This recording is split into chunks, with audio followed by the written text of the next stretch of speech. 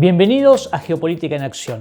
En el capítulo de hoy vamos a hablar de uno de los personajes más importantes de la antigüedad, Filipo II de Macedonia. No muchos lo conocen, pero su voluntad forjó los destinos de un pueblo. Controvertido, discutido y amado por muchos. ¿Quién fue Filipo II? ¿Cuáles eran sus metas? ¿Cómo logró la unificación del mundo griego? ¿Y cuál fue el legado que le dejó a su hijo Alejandro? Esto y mucho más en el video de hoy.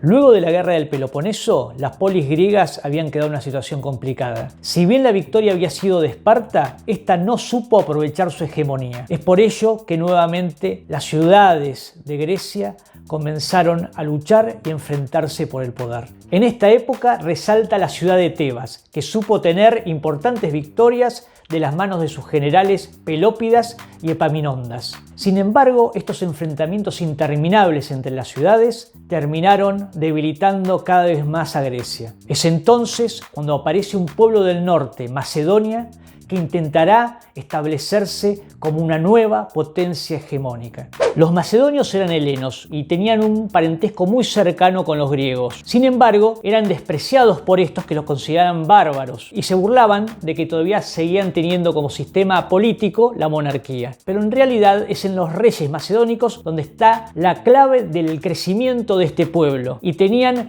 tres objetivos bien claros. ¿Y cuáles son? Primero, abrirse paso hacia las costas orientales, porque necesitaban puertos para el comercio, la comunicación y para tener influencia en el mar Egeo. Segundo, nutrirse de la cultura griega para formarse. Y tercero, formar parte del coro de las ciudades griegas. En el año 359 a.C., Filipo II asume el trono de Macedonia. Solo contaba con 23 años, pero él va a ser el gran hacedor de la hegemonía de su patria. Era inteligente, audaz, intrigante. De joven estuvo 3 años como rehén en Tebas y supo aprovechar tal situación. Allí aprendió política y diplomacia, pero lo más importante es que aprendió el arte de la guerra de Epaminondas, que había formado las poderosas y adiestradas falanges tebanas. Ya en el poder, se dedicó a unificar Macedonia y a organizar el ejército desde una nueva perspectiva.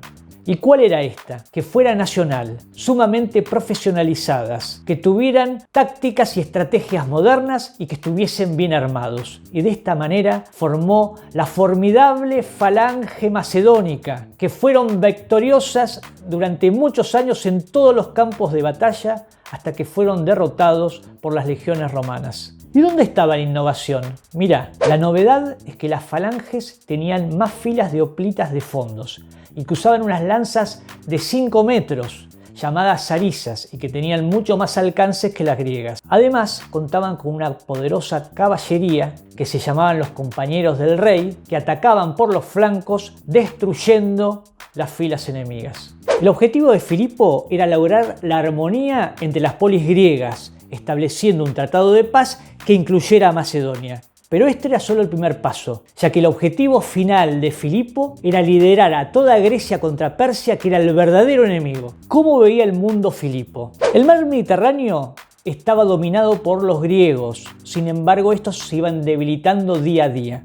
En el norte estaban los pueblos ilirios y los tracios, pero estos eran más bárbaros que los bárbaros, por ello no suponían ningún tipo de amenaza. Roma estaba en pleno crecimiento y Cartago estaba muy lejos. La única potencia hegemónica que acechaba a Grecia estaba en el oriente y era Persia. Por supuesto que si no lograba la unión de Grecia por la diplomacia, lo haría por la fuerza. ¿Y cuál era la visión de Atenas? Te cuento. En Atenas, que poco a poco se volvía más poderosa, habían dos visiones totalmente antagónicas. Por un lado, estaba el filósofo político Isócrates, que enseñaba que los griegos debían unirse y bajo el liderazgo de Filipo atacar a Persia, liberar de esta manera a los griegos en Asia y fundar nuevas ciudades. Del otro lado estaba el gran orador Demóstenes, que con una gran pasión nacionalista predicaba la resistencia a Macedonia. Entendía que si era necesario debían pedir ayuda a Persia para pelear contra Filipo. A Isócrates se lo acusaba de recibir dinero de manos de los macedonios. y a Demóstenes de los persas. ¿Cuál de las dos miradas era la correcta? Se puede decir que Isócrates miraba el bosque y Demóstenes solo el árbol. Uno miraba el todo y el otro la parte.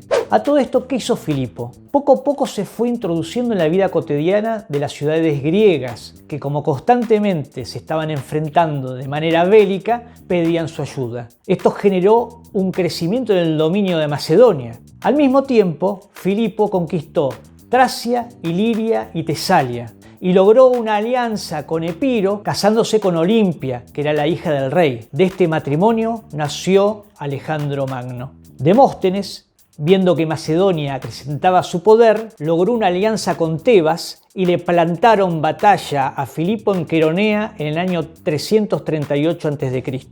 Si bien los hoplitas tebanos se batieron con bravura, Macedonia logró la victoria por el poder de su caballería. Esto trajo la unificación de las polis y la creación de la comunidad griega, siendo Filipo su jefe. En esta batalla se lució por su valentía, por su inteligencia y por su liderazgo el hijo de Filipo, que era Alejandro. Este había tenido una esmerada educación, no solo en las armas y en las prácticas guerreras, sino también en el campo de la filosofía, la literatura, la política y la diplomacia. Aristóteles había sido su maestro.